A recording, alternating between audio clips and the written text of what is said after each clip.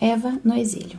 A Restauração da Feminilidade, de Rebecca Merkley, editora Trinitas. Capítulo 5. Psicotrópicos e a segunda onda feminista. Quando eu era criança, no final dos anos 80, minha mãe tinha a assinatura da revista Better Homes and Gardens. E é difícil pensar em uma revista que seja mais essencialmente voltada para esposas e mães. Repleta de artigos sobre decoração, jardinagem e receitas. Certamente não era uma revista sendo posta à venda para corretores de ação ou lenhadores. Era claramente destinada a um grupo demográfico muito particular. Lembro-me de examinar as revistas todo mês quando chegavam. E, estranhamente, a única coisa de que realmente me recordo nelas é que em cada uma das edições havia sempre um anúncio em destaque dos cigarros Virginia Slims ocupando uma página inteira. Os anúncios se destacavam porque o restante da revista não tinha nada a ver com moda, mas a página da Virginia Slims sempre apresentava uma imagem ampla de uma mulher assombrosamente estilosa. Lembro-me de sempre me deter nessas páginas, estudando o anúncio e tentando entender. Mas eu ainda no ensino fundamental não entendia o ponto social por trás, mas lembro-me claramente de como cada um dos anúncios foi elaborado. Na frente, no centro, estava a modelo, bem vestida e aparentando confiança, cabelos ao vento, cigarro na mão, e ao fundo o que parecia ser fotografias antigas, então sépia, de mulheres da virada do século, em alguma situação difícil e geralmente sendo atormentadas por seus maridos de alguma maneira. Talvez lutando com grandes barris cheios de água e tábuas de lavar enquanto o marido usava chinelos, fumava cachimbo e lia o jornal. Ou uma mulher de gorro abrindo caminho com uma pá através de um campo cheio de neve para que o marido pudesse passar. Ou ele usando um roupão, esquentando seus privilegiados e satisfeitos pés em frente à lareira, enquanto ela estava coberta de neve carregando um monte de lenha. Ou enquanto a mulher pendurava roupas no varal. Alguma legenda dizia algo como: o Sr. Lee Evans deixou claro quem é o homem da casa. As cenas de opressão masculina nas fotos em tom sépia mudavam, e as roupas da modelo estilosa eram alteradas, mas a configuração básica sempre era a mesma. Então, na frente de tudo, vinha a legenda: você percorreu um longo caminho, querida. A mensagem não era sutil. Todos os anúncios da Virginia Slims eram um tributo às vitórias do feminismo e um testemunho da emancipação das mulheres da tirania da domesticidade. Então, como é que uma revista para donas de casa, e dificilmente uma revista de vanguarda ou controversa, podia trazer um anúncio todo mês anunciando um produto para donas de casa com a premissa de desprezo pelo cuidado com o lar? Os anúncios eram cômicos, com certeza, mas o pressuposto simplesmente era que as mulheres do passado eram tolas, fracas, oprimidas, aflitas e viviam uma vida insignificante. Todo anúncio reforçava a narrativa de que o lar era um beco sem saída, um trabalho que sugava a alma, degradante e humilhante. Mas agora que somos mulheres dos anos 80, com uma franja incrível, podemos andar de patins, dançar jazz, fumar cigarros e, em geral, podemos celebrar, pois temos empregos e nos libertamos da tirania dos homens. Minha infância foi vivida em uma década durante a qual nossa sociedade simplesmente engoliu a verdade de tudo isso. Mas foi realmente durante a infância de minha mãe que essa mensagem havia se tornado convencional. As feministas da primeira onda, tão radicais em seu tempo, aparentemente haviam feito bem seu trabalho. Conquistaram suas vitórias e lançaram as bases sobre as quais as feministas da segunda onda, na década de 60, foram capazes de construir. A Segunda Guerra Mundial e a década seguinte foram basicamente um intervalo entre as duas ondas do feminismo. Embora as feministas tivessem trabalhado arduamente por um pouco mais de um século, suas verdadeiras vitórias não foram alcançadas até o período entre as grandes guerras. Mas o momento passou com o advento da Segunda Guerra Mundial. A Primeira Guerra terminou em 1918 e em 1920 foi decretada a proibição do álcool, vitória número 1, e o sufrágio alcançado, vitória número 2. E em 1936, Sanger alcançou o primeiro de seus sucessos dentro de seu objetivo maior de trazer liberdade reprodutiva para as mulheres, vitória número 3.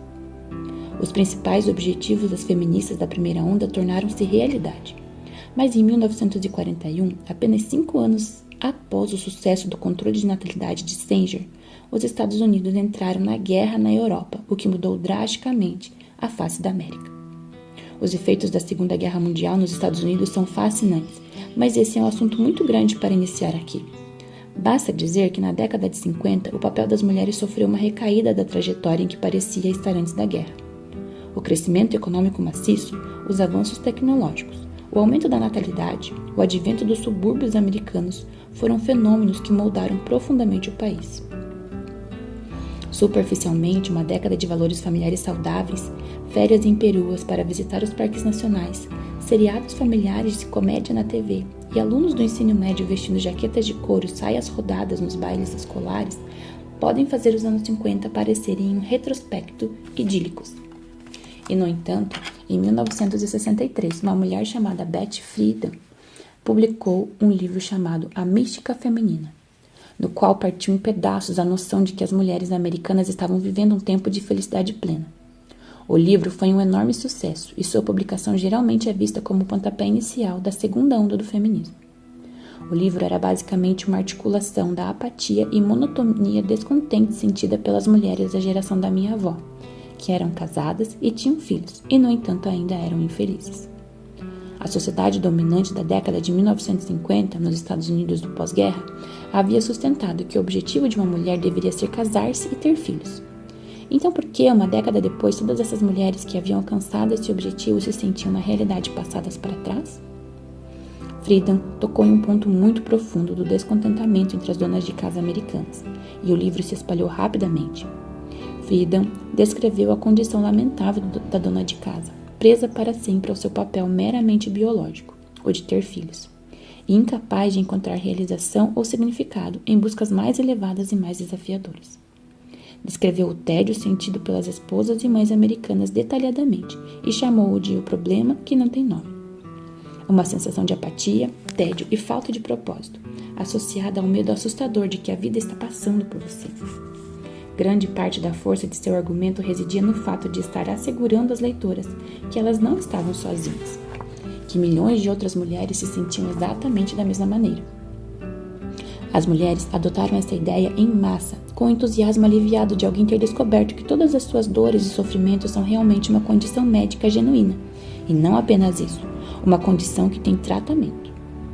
A condição, neste caso, era a mística feminina, e a solução proposta por Friedan era que as mulheres, enquanto grupo, precisavam perceber o que estava acontecendo com elas, ouvir e responder a esse descontentamento persistente, e basicamente dar o próximo passo em sua evolução.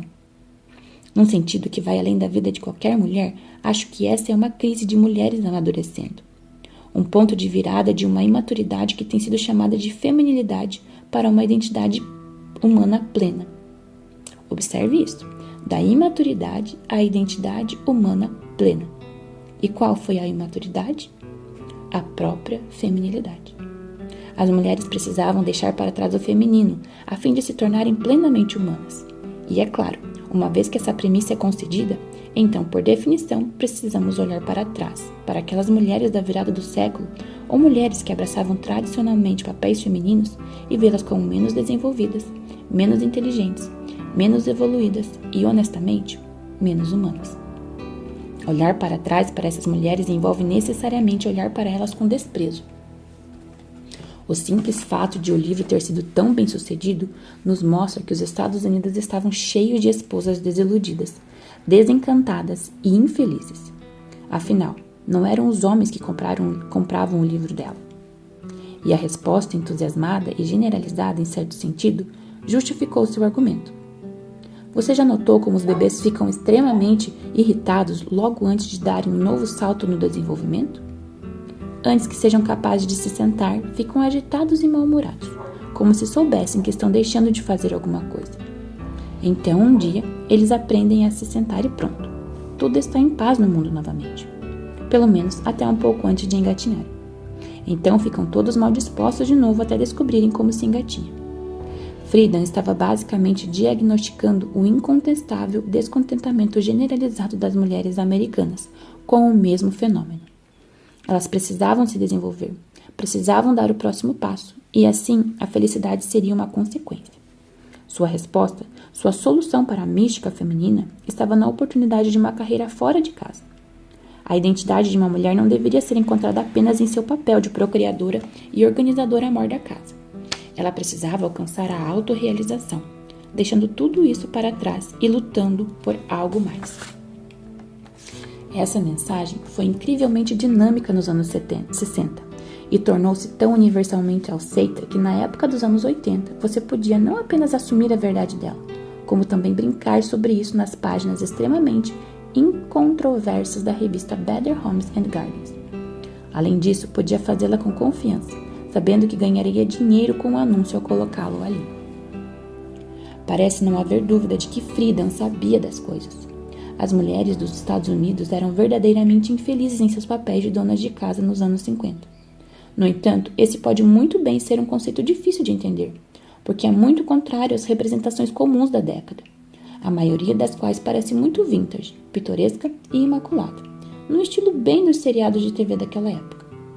Tendemos a querer ver os anos 50 como um momento em que o país estava feliz, saudável e íntegro, antes dos radicais anos 60 nos jogarem em um balde e nos lançarem em nossa jornada rumo ao inferno. Mas penso que se olharmos para um exemplo paralelo, veremos isso um pouco mais claramente. Você já viu um casamento explodir completamente quando ninguém do lado de fora havia suspeitado que algo estava errado? Você sabe, o tipo de incidente triste em que uma família modelo frequente na igreja de repente sofre um colapso e surpreende a todos? A verdade universal em tais situações é que os problemas desse casamento são muito anteriores ao momento em que todos os amigos os descobrem. Nesses casos, todos descobrem que nos últimos 4 ou 40 anos, essa família sorria docemente na igreja e se matava em casa. O momento em que a esposa finalmente tem um estalo e deixa o marido não é o primeiro momento em que ela se sente infeliz. De maneira semelhante, a ampla rejeição cultural da feminilidade tradicional nos anos 60 deveria nos mostrar que o ressentimento já vinha se formando há um tempo. Certamente nem todas as donas de casa dos anos 50 eram infelizes, mas é válido reconhecer que a crítica cruel e amarga dos anos 60 veio de algum lugar e não exigiu ex nihilo.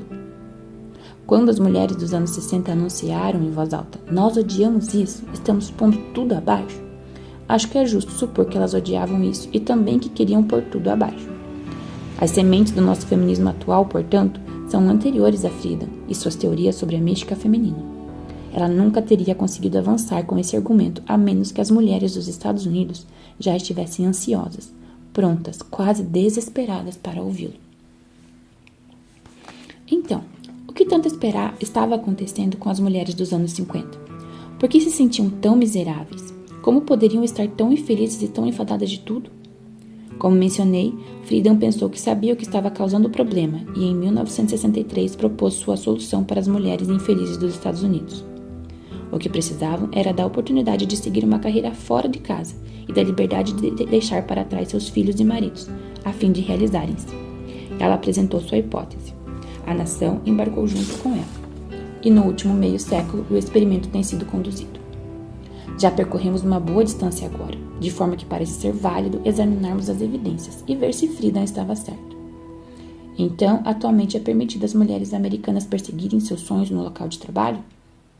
Será que se libertaram com sucesso dos grilhões da domesticidade e da maternidade? Agora estão mais felizes e satisfeitas do que nos anos 50? A primeira questão é fácil de demonstrar.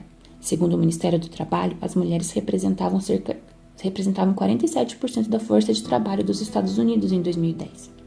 E em 2013, 57,2% de todas as mulheres americanas estavam trabalhando fora de casa. Este é um aumento dramático da taxa de emprego de 22% de mulheres em 1960. Parece seguro dizer que hoje, nos Estados Unidos, as mulheres têm liberdade para seguir carreira, se assim o desejarem, e geralmente escolhem esse caminho. E sobre estarmos atadas ao nosso papel meramente biológico de procriar. As mulheres hoje estão tendo mais ou menos filhos do que as mulheres dos anos 50. Segundo o Banco Mundial, a taxa total de fertilidade, o número médio de filhos por mulher, nos Estados Unidos, em 1960, era de 3,65. Houve uma queda dramática nos anos 60 e em 1976 caiu para 1,74, menos da metade do que era apenas 16 anos antes. Esta estatística tem se mantido um pouco abaixo de 2 desde então. Não há dúvida de que as mulheres hoje estão menos atadas à maternidade do que estavam na década de 50. O sonho de Margaret Sanger foi realizado, e a maioria das mulheres de hoje pensa na maternidade como algo absolutamente voluntário e uma condição sobre a qual elas têm controle total. Mas isso nos deixou mais felizes? O problema de ser dona de casa nos anos 50, segundo Friedan, era que isso fazia as mulheres se sentirem vazias e tristes. Então será que, compativelmente agora que nos livramos disso, as mulheres americanas são mais felizes? Certamente, se a hipótese de Friedan estiver certa, as mulheres deveriam ser muito mais felizes agora, já que temos uma probabilidade muito maior de ter uma carreira e uma probabilidade muito menor de ter filhos. A felicidade é difícil de medir, é claro. Não é como medir a temperatura de alguém ou sua altura e peso, mas uma maneira razoavelmente tangível de diagnosticar o índice de felicidade média da população é descobrir o percentual do público em geral que faz uso de antidepressivos. Embora essa estatística não seja totalmente conclusiva, é certamente suficiente para nos dar uma ideia aproximada de quão felizes ou infelizes grandes grupos de pessoas são. Os antidepressivos propriamente ditos não haviam sido difundidos nos anos 50, mas havia muitos medicamentos que estavam sendo oferecidos para padecimentos relacionados à ansiedade, nervos e etc. Em 1963, 21% das mulheres americanas estavam sob uma forma ou outra de medicação psicotrópica. Até a própria Friedan fala sobre mulheres tentando apagar suas mágoas recorrendo a tranquilizantes. Na verdade, esse é um dos seus argumentos de apoio para convencer seus leitores da gravidade do problema. Muitas donas de casa estavam tomando tranquilizantes igual pastilhas para tosse. Você acorda de manhã e sente que não faz sentido continuar tendo outro dia como este. Então toma um calmante, porque isso faz com que você não se importe tanto por nada fazer sentido. Popularmente conhecidas como pequenos ajudantes da mamãe, essas drogas eram evidências tangíveis de que quando Friedan afirmou que as mulheres eram infelizes, ela não estava inventando isso. O livro de Friedan foi lançado em 1963 e 3 anos depois os Rolling Stones estavam cantando Mother's Little Helper, Pequeno Ajudante da Mamãe em tradução livre, que dizia a mesma coisa que Friedan, mas com melodia. Parece incontestável que um grande número de mulheres era verdadeiramente infeliz e estava se medicando em grande escala. Mas se Friedan estava certa, se a solução para essa infelicidade era uma chance de seguir carreiras fora de casa e aptidão para afastar as restrições da maternidade, certamente os esforços incansáveis das feministas nos últimos 50 anos devem ter produzido o prometido fruto de mulheres mais felizes e mais realizadas. Certamente deveríamos observar uma queda significativa no uso dos pequenos ajudantes da mamãe. Mas receio que não tenha sido assim. As mulheres não se tornaram proporcionalmente mais felizes à medida que se afastavam do papel de dona de casa e da maternidade. O uso de medicamentos psicotrópicos não diminuiu nem um pouco, mas aumentou bastante. Hoje, 26% das mulheres americanas estão infelizes o suficiente para consultar um médico e obter uma receita. Em 1963, 1 em cada 5 mulheres estava medicando sua infelicidade. E hoje temos mais de 1 em cada 4 mulheres. E as mulheres têm 2,5 vezes mais chances de usar os medicamentos do que os homens. Dada a peregrinação em massa das mulheres do mundo doméstico para o corporativo, talvez devêssemos começar a nos referir a essas pequenas pílulas amarelas como assistentes pessoais. Então, estatisticamente, as mulheres são mais empregadas agora do que eram nos dias de Friedan? Sim. Um sim documentado e retumbante.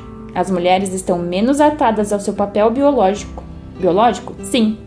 Um sim documentado e retumbante. Isso nos trouxe a felicidade que nos foi prometida? Não. Um não documentado e retumbante. Se nos guiarmos puramente com base nos níveis de prescrição, as mulheres estão ainda mais tristes agora do que antes. Receio que a tese de Friedan simplesmente não se mantenha. Nos últimos 50 anos, as mulheres americanas correram atrás do arco-íris e o pote da felicidade não apareceu. Já consigo ouvir a objeção. A infelicidade das mulheres hoje não tem nada a ver com o fato de poderem ter carreiras. Isso é uma simplificação grosseira e há muitos outros fatores envolvidos. Verdade, admito isso. Mas se for esse o caso, então certamente foi uma simplificação excessiva quando Friedan argumentou que ser dona de casa era problema e carreiras eram a solução. No quadro geral, olhando para a situação na década de 50, é óbvio que o nosso país precisava desesperadamente de Cristo. Vazio, generalizado, falta de propósito e infelicidade não são marcas de uma cultura que é piedosa e próspera. As mulheres dos anos 50 não precisavam simplesmente de carreiras, precisavam de graça. E o restante da discussão a seguir não nega esse princípio ou esquece que esse seja o caso. Mas como este é um livro sobre o papel das mulheres na sociedade, esse é o assunto que precisamos examinar. E, portanto, vamos nos afastar da discussão da necessidade extensiva que nosso país tinha de reforma e, em vez disso, falar sobre qual teria sido o impacto no papel cultural das mulheres se essa reforma tivesse realmente acontecido. Digamos que durante os anos 60, em vez da revolução sexual que realmente aconteceu, tivesse havido outro grande avivamento. Que impacto o arrependimento teria tido sobre o papel das mulheres na cultura? Se em sua miséria e infelicidade os Estados Unidos tivessem caído de joelhos em vez de terem se lançado na busca da licenciosidade, haveria tido alguma mudança resultante na maneira como as mulheres eram vistas? Absolutamente. É certo que sim. Eu diria que uma das primeiras coisas que teríamos atirado pela janela seria a visão idealista, superficial e incrivelmente rasa de criação de um lar que estava florescendo nos anos 50.